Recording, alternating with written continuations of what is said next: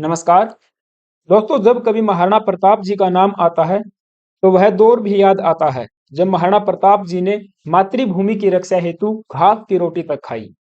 एक गौरवमय इतिहास वह अपने पीछे छोड़ गए, लेकिन आज उनके वंशज आपस में लड़ झगड़ रहे हैं। दो गुटों के बीच में जमकर पत्थरबाजी हुई। जी हाँ, यहाँ पे न्यूज आप देख पाओगे।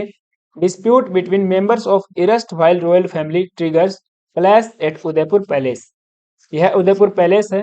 आई होप कभी आपने विजिट किया होगा।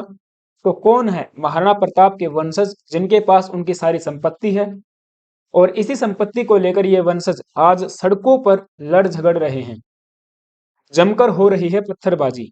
हालांकि फिलहाल के लिए ये मामला शांत हो चुका है, लेकिन कुछ इस तरह के दृश्य हमारे सामने आए जो अपने आप में काफी चिंता का विषय है। तो इस पूरे डिस्प्यूट को समझने से पहले हमें थोड़ा सा इतिहास में झांकना पड़ेगा। मेवाड़ साम्राज्य का इतिहास, the ancestry of the house of Mewar. So जो किंगडम ऑफ मेवाड़ था, ये एक इंडिपेंडेंट किंगडम था in the Rajputana region of Indian subcontinent. And medieval time पे ये एक मेजर पावर के रूप में उभरा। मेवाड़ साम्राज्य की स्थापना शुरुआत में गुहिल डायनेस्टी के द्वारा की जाती है, और बाद में इसी लेगेसी को फॉलो किया जाता है सिसोदिया डायनेस्टी के द्वारा, जो कि गुहिल डायनेस्टी की ही एक सब डायनेस्टी या कैडेट ब्रांच थी। गुहिल राजवंश की बात करें तो ये अपने आप को सूर्यवंशी कहते हैं। बेसिकली माना जाता है कि भगवान श्री राम के पुत्र लव के ये वंशज हैं, और इसी वंशावली में तीसरी शताब्दी में राजा कनकसेन हुए, जिन्होंने अपनी पत्नी वल्लभी के नाम पर वल्लभी नगर बसाया और उसे अपनी राजधानी बनाया। इनके 4 पुत्र थे, चंद्रसेन, राघवसेन, धीरसेन एंड वीरसेन।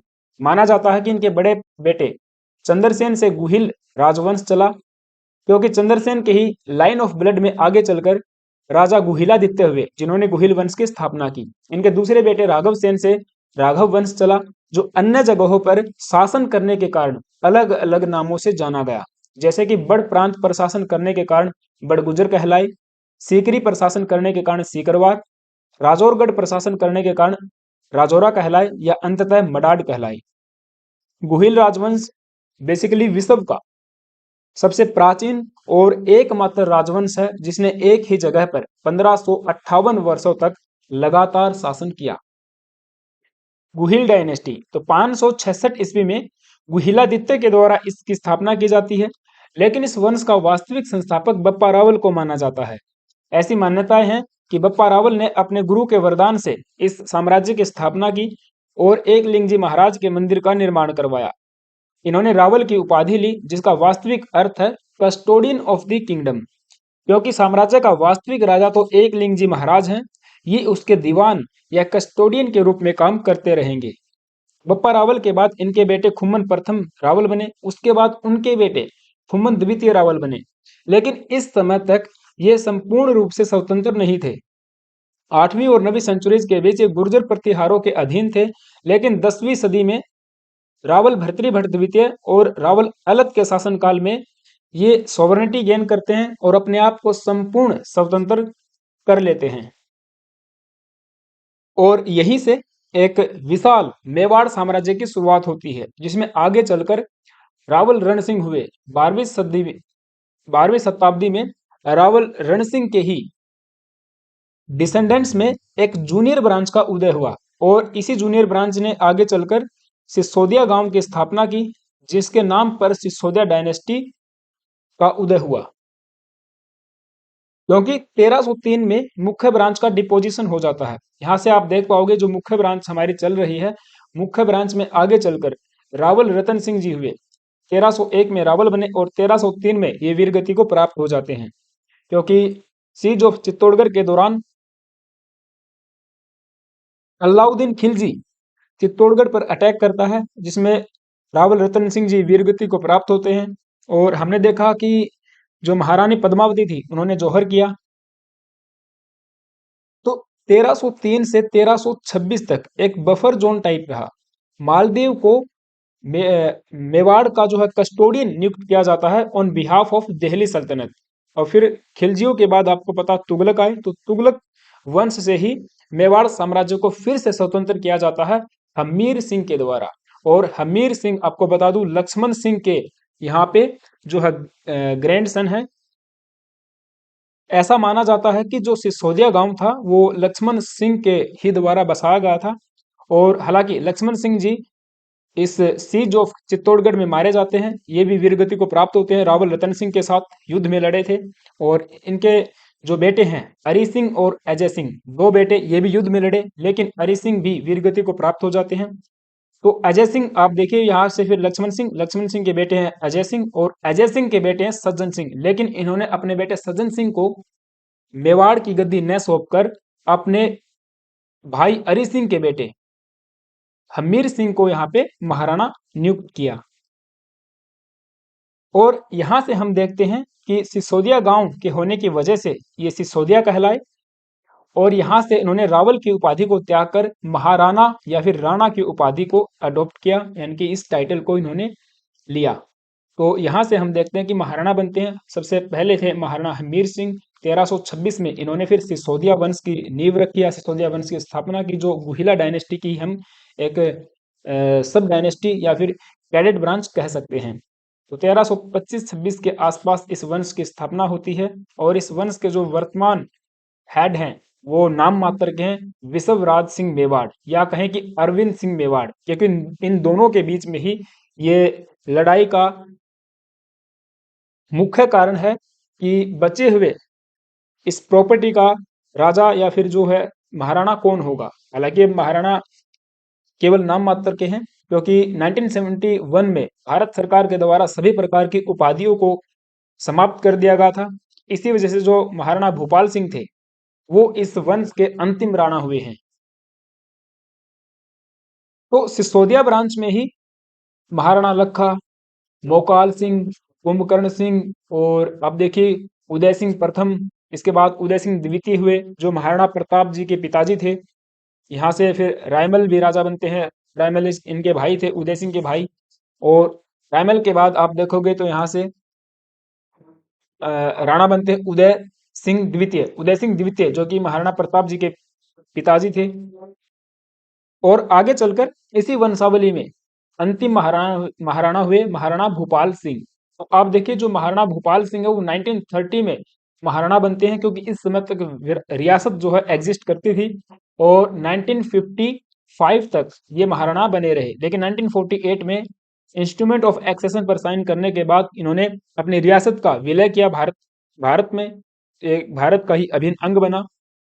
तो इनकी कोई संतान न होने की वजह से इन्होंने एक पुत्र को गोद लिया, भगवत सिंह। तो आप यहाँ से देखिए कि ये जो पुत्र हैं इनके भगवत सिंह, ये गोद लिए हुए बेटे हैं।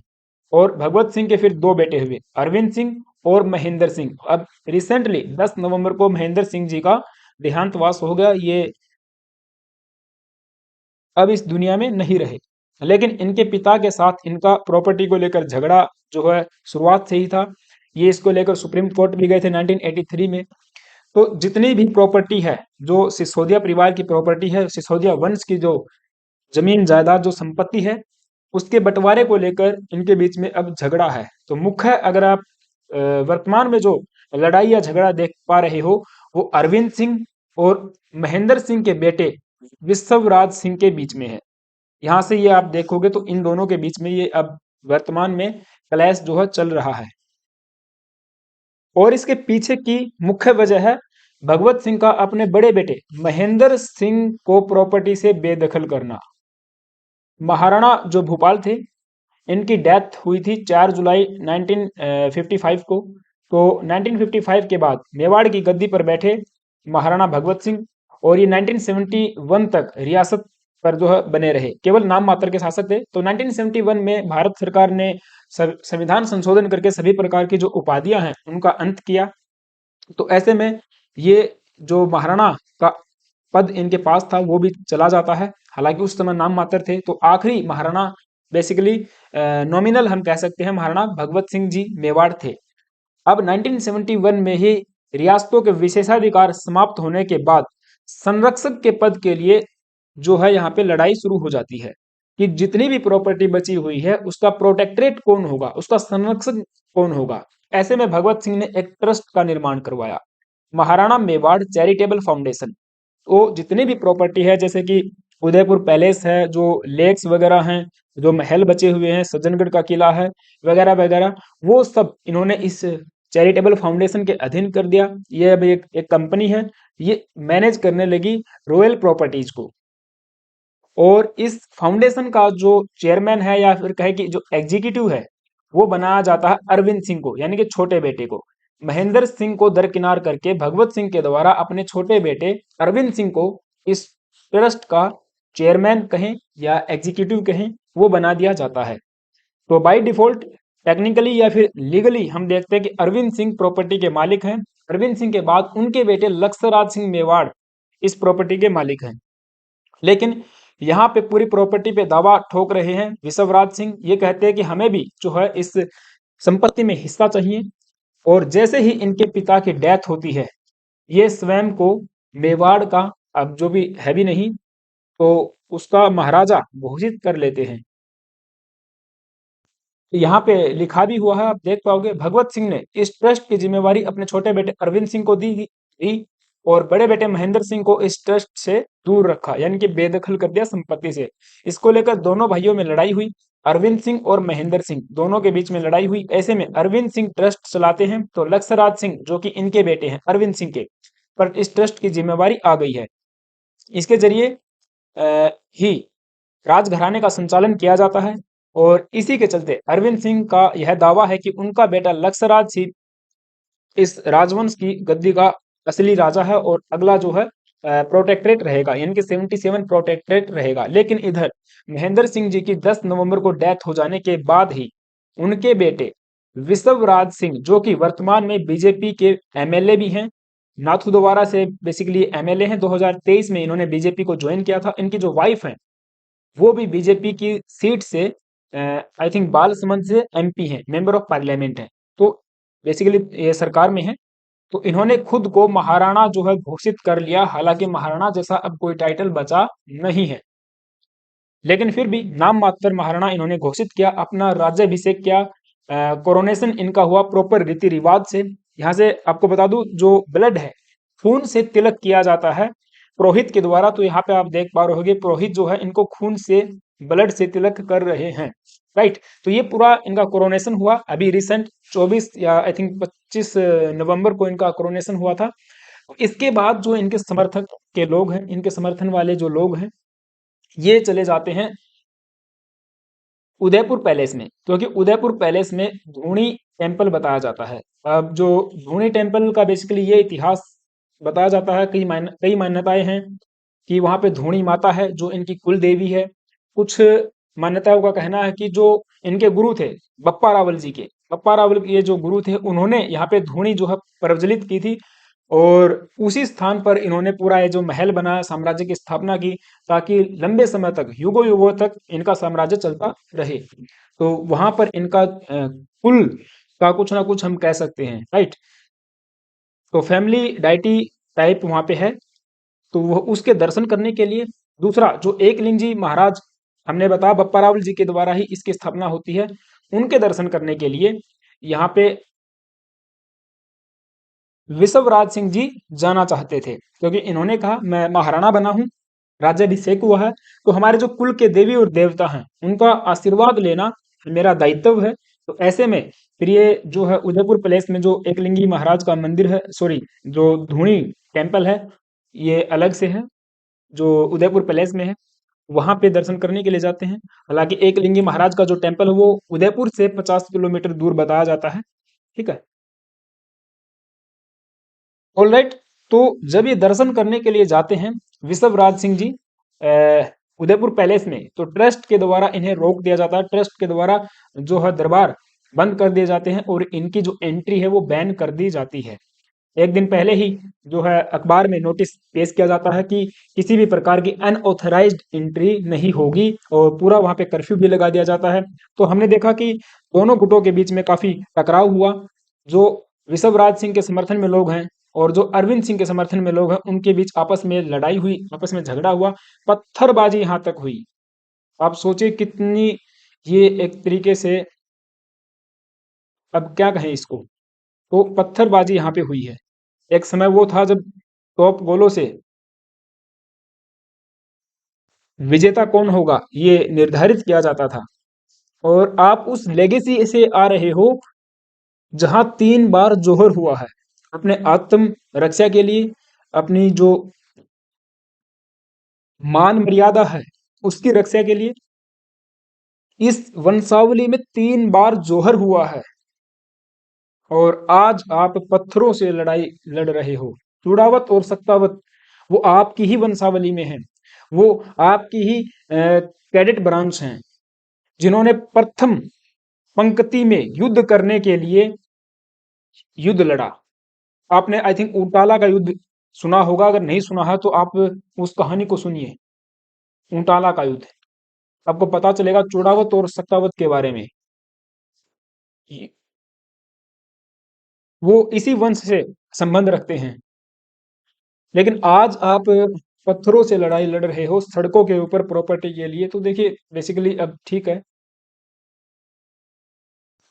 और बेसिकली एक कड़वी बात कहूं तो यहाँ पे आप देखोगे जो रॉयल ब्लड है वो यहीं पे समाप्त हो जाता है, ठीक है।